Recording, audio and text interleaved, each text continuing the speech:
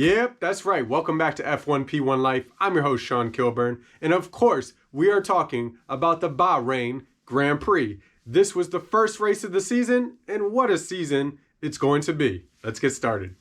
All right, so getting right down to brass tacks. You already know the story. It's the big red team. Yeah, you can see I'm fanboying right now. I'm on that hype train. Ferrari did their thing with the 1, 2. Oh yeah.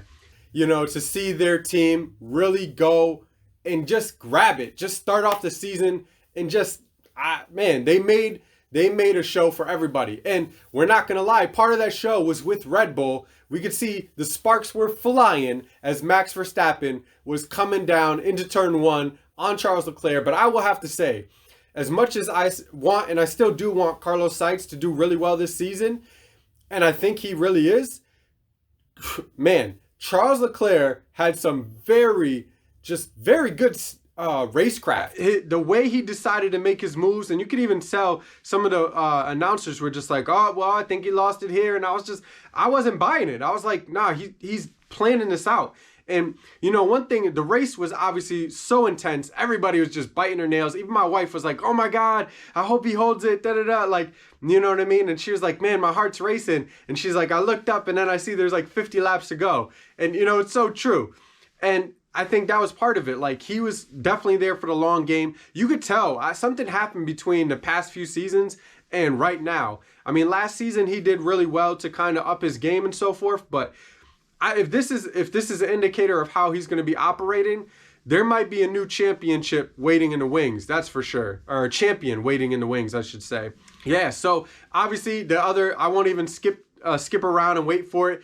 The Red Bulls, you know, Max Verstappen out. And then Perez out, Hamilton, really good job staying away from him as his car spun right there. But of course, you know, that's what champions do. You know, sad for the Red Bulls for sure. You want to see them get beat on track and so forth. And in some ways they did. I mean, it's a two-part thing. It's a drivers and constructors championship. So, you know, that's what some of this regulation stuff kind of sifts out and so forth. I mean, they're doing really good on the pace, but you need the reliability. And I said from the beginning, I thought Hamilton was getting on the podium. Now, I couldn't say for sure he was getting first place, but I really thought he had a chance even where he was starting. Of course, I didn't foresee exactly the Red Bulls dropping, but you never know how the race is going to go. And you could see Mercedes was working their strategy. They were holding with it. And I will also say, shout out to Russell, coming in right there in P4. Obviously doing his thing. And of course, you know, he would have wanted to beat his teammate. He would have wanted to, you know, win the race to start off with his Mercedes career. And, you know, who wouldn't? But he did a really great job. I'm going to skip right over to some of the bad things. McLaren. Oh my God. I feel for the papaya team. I love McLaren. I love Lando. I can't but say his name like that. And Danny Rick, of course, everybody has to love Danny Rick. And I just really want them to do well. And I know they will. It's McLaren. Anybody to really doubt on them, especially after one race. I mean, even if you're not a McLaren fan, you got to be kind of crazy to just discount them. But it was just a bad race, all in all. It was. Hopefully they learned a lot from it and they can build on it. And I'm sure they will. I just hope they build on it very soon because I want to see them battling up at the front for sure.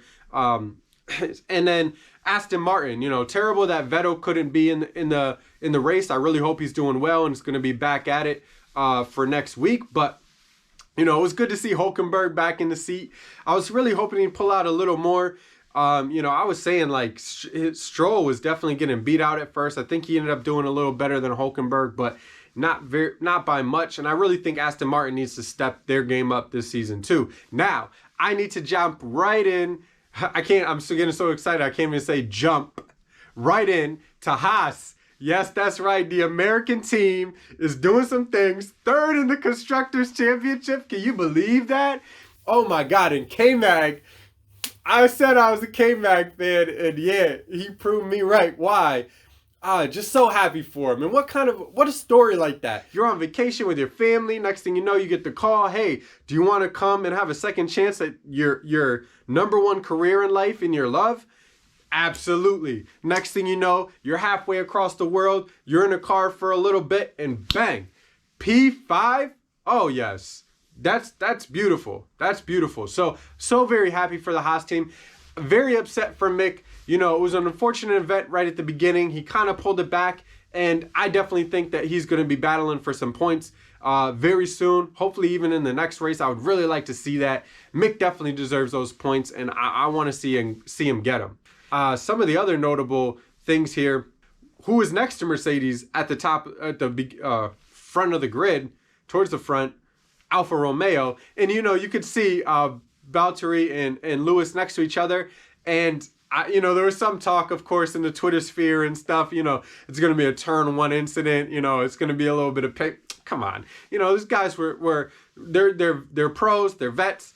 And, you know, unfortunately, Valtteri just kind of like kept dropping and dropping and dropping and dropping. But, you know, he held on, and he came up with a good position, got some points. And even his teammate, Guan Yu, hey, shout out to Guan Yu, grabbing a point on his first outing in Formula One.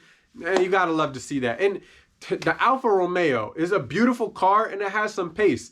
Of course, they got some things that it seems like they need to work on.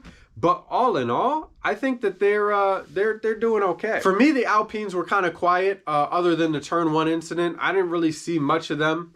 And yeah, you know, it's just, it kind of is what it is. And of course, the AlphaTauris. Gasly was doing well, and then, you know, I mean, his car went up like the 4th of July.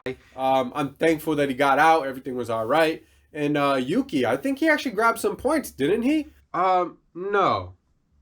No, Yuki did not. No, he did. He got P8. What am I talking about?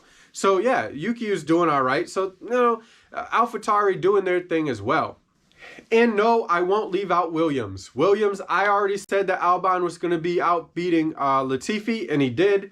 Of course, there's more pace in the car and so forth. And I think, you know, Latifi spoke about it afterwards, but I think he also spoke on him needing to step up his own racecraft a little bit and his capabilities, because obviously Albon was just out driving him. And I just knew it was going to happen. I'm very happy for Albon. I really hope the Williams teams continue to up their game and do better. Although I did put them in last place for the end of the year, I definitely think they're going to be grabbing points too.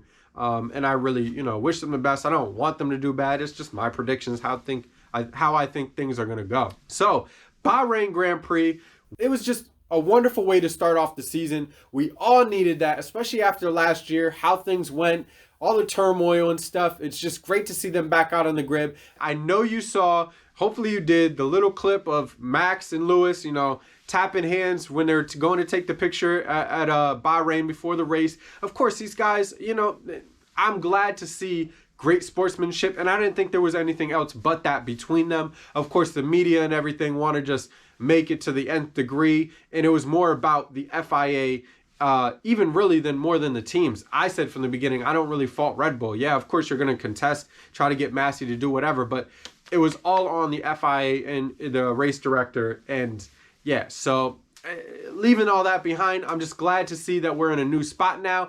Racing is hot.